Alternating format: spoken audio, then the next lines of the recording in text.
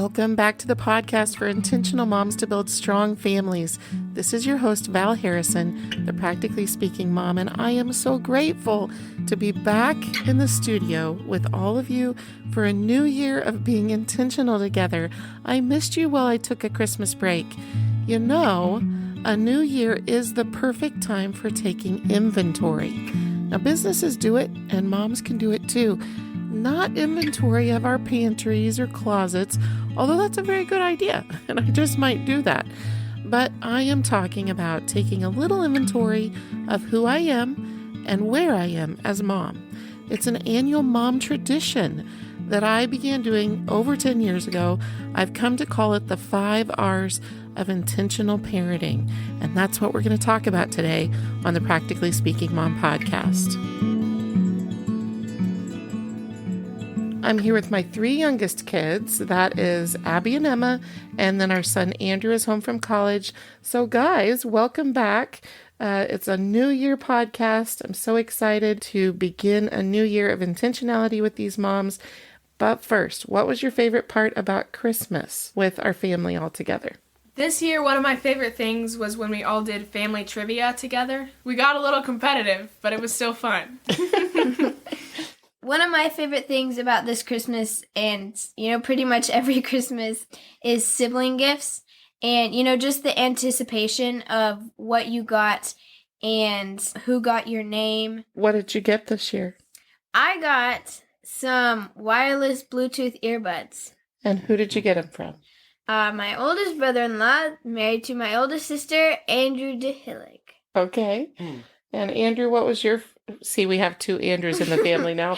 So, Andrew, what was your favorite part about Christmas break with all the family? Well, I do like the sibling gifts. I think that's a lot of fun. I also like when you guys have us all go in a separate room and you guys hide the stockings and then we all go look for them. That is a lot of fun that we've done for years. Yeah. And I know that I'm 19, but it's still a lot of fun for me. Because we hide it harder and harder every year. Yeah. Actually, I took video of it, so if you are in my group, Intentional Mom Strong Family, I will share a video of us hunting for stockings.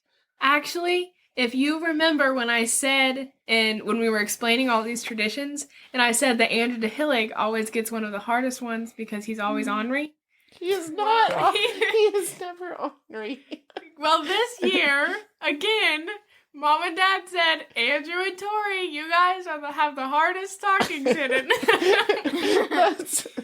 That is just my way of loving him, is me being ornery by hiding his stocking hard. Okay, now, taking a serious note, looking back over this previous year, what is something you have reflected on that you have some regret about? Some way that you want to make a change for this new year? I would say that would be restoring some habits that I've gotten away from, specifically of exercising and working out. I think of in 1 Corinthians when it says that our bodies are the temple of the Holy Spirit and to honor God with our bodies. I think that applies to even how we take care of our bodies, which would also relate to exercising and working out, which is something I need to place back into my regular life. Yeah, I've kind of gotten out of some habits of a little bit cleaning up after myself, putting my school books away, and I've kind of been struggling a little bit with keeping my room at least cleaner than I have in the past. That makes me very proud of you that you share that. And I'm a little excited, too. What about you, Abby? Well, I could go a little bit lighter and say intentionality with friendships. I was really bad at that for a long time, but this year I kind of learned better how to do it.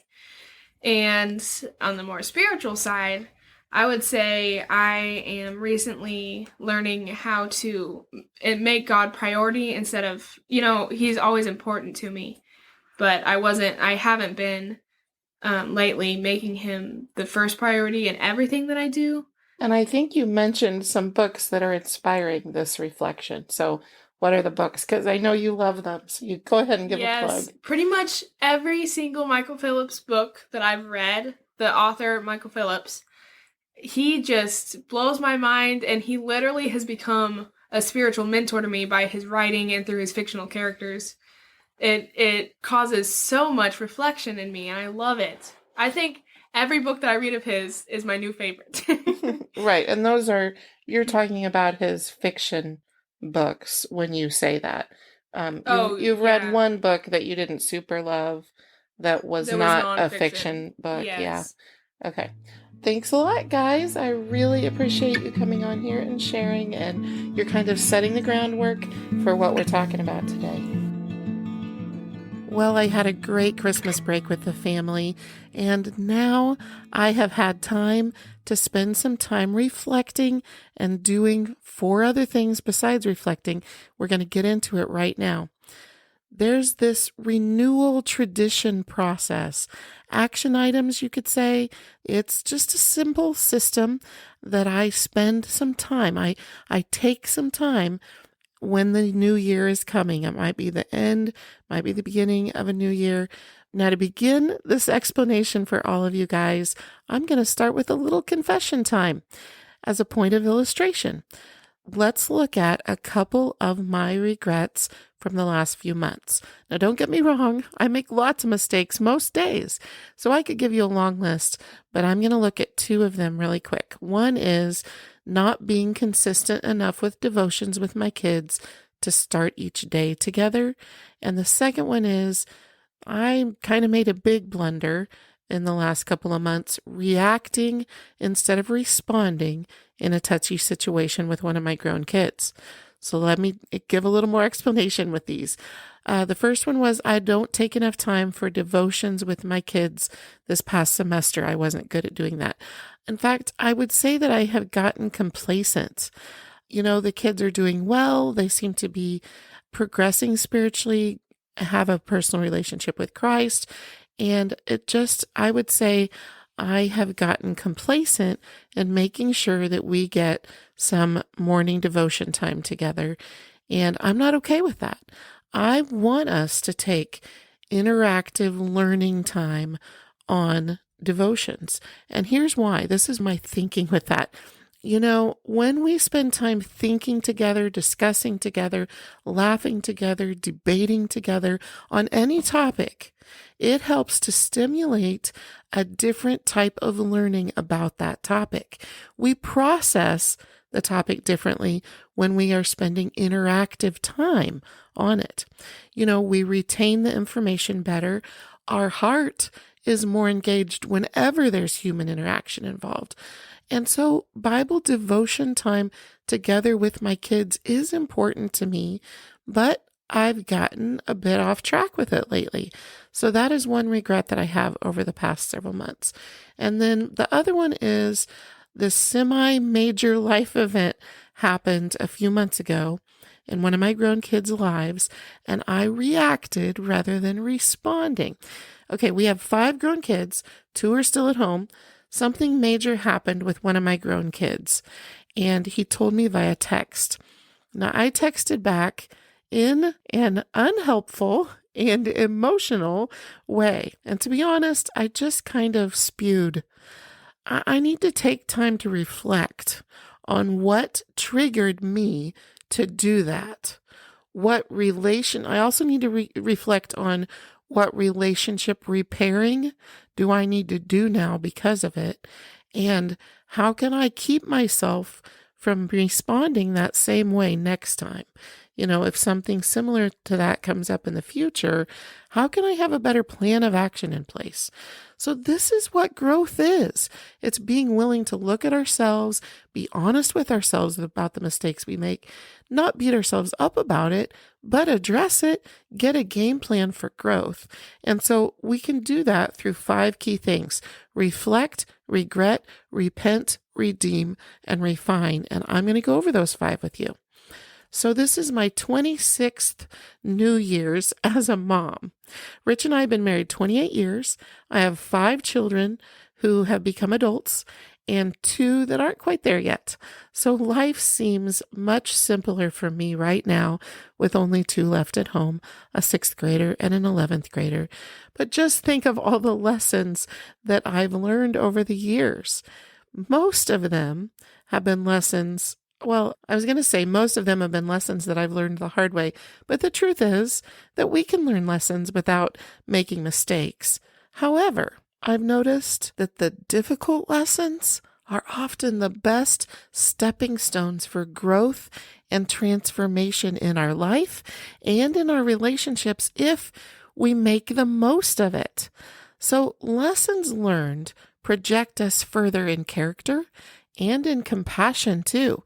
Because when I make a mistake and I live with the consequences of that mistake, then when I see someone else who makes a similar mistake and they're in the middle of their consequences, I have compassion on them where before I might not have had any since I hadn't walked in similar shoes.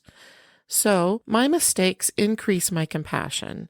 They further my character and they accomplish really all sorts of things that make my life more abundant. Now, being a mistaking parent is something I'm quite good at, and I have shared with you about this in a mini series on the topic with the help of my oldest son, Nathan. I'm going to put 2 links on for you from that mini series. Part 1, which was the hope-filled life of a mistaking parent, and then part 2, mom emotions, balancing mercy and standards, lessons learned by the mistaking parent. So I will put a link to both of those in the show notes. I think it was about 12 New Years ago that I began this practice of the 5 R's. I would love it if you joined me beginning this year with this same practice. And it's really something that I do for sure once a year, but often I do it twice a year. So let's take a look at the specific steps of the 5 R's. The first one is reflect. Begin by reflecting on the past year or semester, because we moms often think in semesters if we have school-aged kids. Here's some questions to help you begin this beneficial time of reflection, and I will put these questions in the show notes also. First question: what are some things that went great or is going really well for you or for your family? 2, what needs a little tweaking? A little refinement, because it's on the right track, but it's really not quite there within the family or within yourself. 3, what were big fails or what is really not going well right now? Number 4, where do I see relationship walls, or what are some signs of potentially troubled hearts in our home? Now, this is the most important question, really. The hearts in our family are always the most important things that we need to really spend the time necessary to zero in on these relationships and these hearts. Linger there for the longest time. Really set aside some time for that question. And of course, prayerfully. As you prayerfully reflect on the hearts and souls that have been entrusted to you, ask God to show you any areas. Now, I'm going to say something a little hard here, moms. Ask God to show you any areas that you may be off course, or ways that you might be hindering their strength or their growth, or even hindering your relationship with them. Now, when God points something out to your spirit, because he probably will, none of us are perfect. We've got all areas of growth in every single area of our life. So when he points something out to your spirit, he'll do it gently, but you'll just kind of feel this little nudging of, oh, what about this issue? Linger there and be willing to take a close-up view. If you really embrace this prayer and this step of reflection, it will probably lead to some regret. Now, I know that doesn't sound like a positive word, but it really, really can be if we make the most of it, if we utilize it in a productive way. So let's move to step 2, and that is regret. Regret is greatly undervalued in our society. Common mantras these days say things like, have no regrets, apologize for nothing, I am who I am, take me or leave me. I decided to look up some modern day quotes regarding regret. And I'm going to share a few of them with you, and I want you to know that I disagree with all of these, okay? Here's one. Forget regret, or life is yours to miss. Here's another. I don't have time for regrets, only fun. Here's another quote. In looking back, I see nothing to regret and little to correct. That was made by John C. Calhoun. Here's another one. No regrets, no looking back, just hold on to life and move forward. We have no way of knowing what lies ahead, and that's what makes the journey even more exciting. Here's another one. I have no regrets. I don't believe in looking back. What am I proudest of? Working really hard and achieving as much as I could. And one more. This one is by Henry Kissinger. Accept everything about yourself. I mean, everything. You are you, and that's the beginning and the end. No apologies, no regrets. You know, there's some good elements in those, but it goes too far. We actually do want to value regret. I hold great value in regret as long as it's carefully utilized. So here's how I've come to treasure a good dose of regret. After the first step of reflecting over the past year or 6 months and identifying some things I could have done better and the ripple effects that followed my actions, I've learned to stay in the regret step for a good bit, to go ahead, live in the pain on purpose for a little while, letting reality sting. I don't want to avoid the important role that regret was designed to do. It's like a refiner's fire of my character.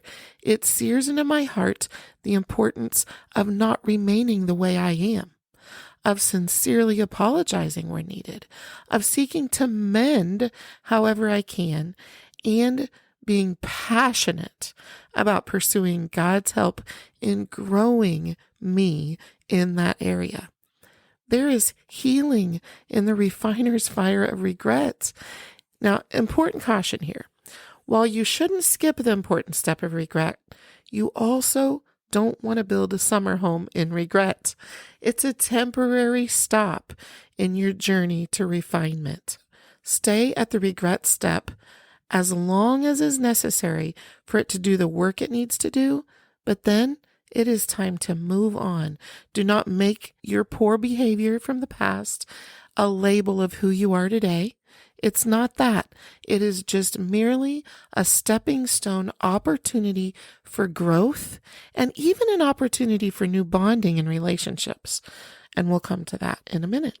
So we're ready for number 3, and that is repent. It's time for a segment we call In the Laundry Room with Val.